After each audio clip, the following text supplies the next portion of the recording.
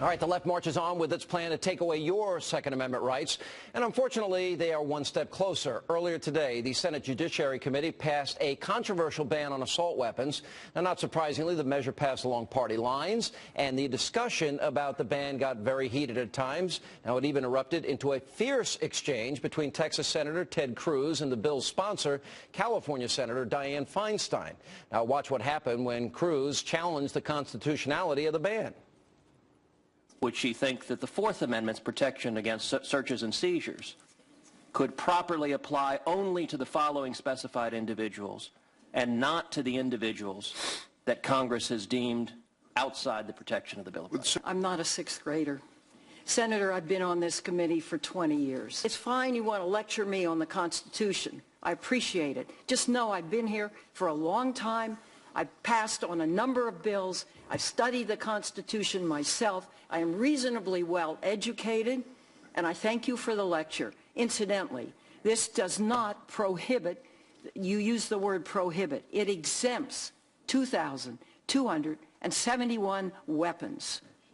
Isn't that enough for the people in the United States? Nobody doubts her sincerity or her passion.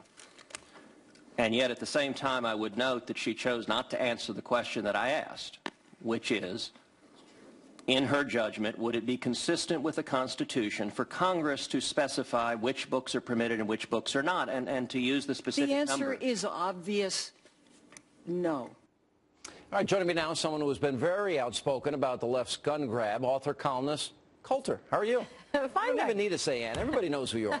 You know, I felt like I was listening to Cruz. I felt like I was listening to a Supreme Court argument because he's talking about, all right, well, the First Amendment, does that mean that you're going to ban some books, not other books? How do you justify it? The Fourth Amendment, search and seizure. I thought he made a really good case, and she got pissed. Yeah, he asked some very important questions, and Dianne Feinstein, like her other I am woman, hear me roar, Democratic female, Hillary Clinton, as soon as they get a question they don't like, they start crying. Oh, that's fantastic. I would like to see how that would go over in a law school class when a professor asks you to distinguish cases. I have been very educated, and I'm offended by that question. I spend half my life near the Constitution. On college campuses with co-eds at the mic crying to me and stamping their feet and telling me they're offended. It's going to be harder for me to tell them now that's not an answer. Now that U.S. senators are using that as an answer, and what Dianne Feinstein eventually got to answering was preposterous. She said he raised the First Amendment. And she said, well, we ban child pornography. The very answer proves the absurdity of what is happening. The First Amendment protects speech. It does not protect photographs. It certainly does not protect photographs of genitals. If we interpreted the Second Amendment, which protects arms, the way we interpreted the First Amendment, you would have a right to your own personal nuclear weapon. That's how extreme it is. And I would add that, in fact, the First Amendment does protect virtual child pornography. It certainly protects writing about child pornography. And for her to say, well, don't worry, we're not banning these other guns. Well, okay, how about we just ban the New York Times, because we still have the Daily News and the New York Post. Good point. And that's what Cruz was getting to, about the First Amendment side of his argument, which was, I thought, very, very pertinent and clever and appropriate. He nailed her, so she said, I'm offended. Yeah, I'm offended. And, all right. So no, I used to think women just shouldn't be able to vote. Now I think at least liberal women should not be able to hold office. And by woman, I do not mean to limit that to the biological sense. That is not an answer. All right. I'm offended. All right. First of all, you know what frustrates me? Nobody knows about these weapons. I have been trained in the use of firearms since I am 11. I know I've shot most of them. And the point is, you know, Joe Biden is lecturing, well, just fire a shotgun through a door not knowing what's on the other side, which is stupid. Secondly, a lot of shotguns have a big kickback that would probably send you flying right on your backside. Now, an AR-15 would not do that. Right. No, you need different guns for different things.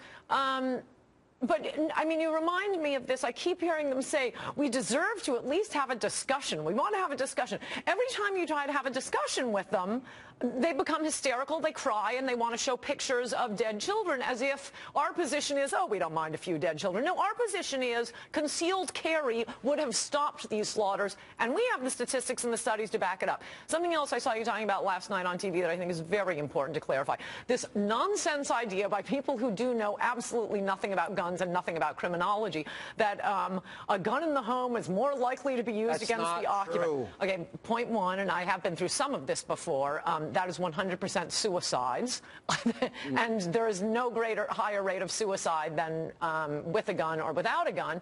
People use poison or a million other things. But the idea that a criminal would be wresting a gun away from the homeowner is preposterous. That happens even in attempts where the homeowner gets shot by the home invader. It happens in less than 1% of the cases. They have done extensive interviews with prisoners. They say they do not go into homes they think could have a gun. They will not mug someone they think will have a gun. If they see a homeowner with a gun, they run. It is only in Hollywood movies that the criminal sees the gun and wrestles you for it. There are plenty of other houses to break into and rape women in. All right, you're going to CPAC. Yes, I am. All right, we're going to show highlights in a little bit. We got Rubio, you got Rand Paul, you got Ted Cruz, who we just saw, you got Mike Lee. We got a new and of course you are rock star. Wow. You're going to bring the house down. That's the big highlights. That's listen. So get ready to replay that on Monday. All right. So, but the point is, we've got an emerging, energetic. We got new blood. I'm energized by them. I think this is really helping the party, and the media hates all of them. Yes. So, I mean, that's a good sign. That means they're doing their job. Whereas I only hate about a third of them. Yeah, None of the ones you mentioned. I'm speaking right before Cruz, who is the big finale speaker on Saturday. Yeah. You get to introduce them? No, I'm not very good at introductions. I'm much better at making fun of liberals. Yeah. No. By the way, if you haven't seen Ann speak, you are funny. Thank you. Oh, good. You do great. Good to see you. Thank you. Good to see you.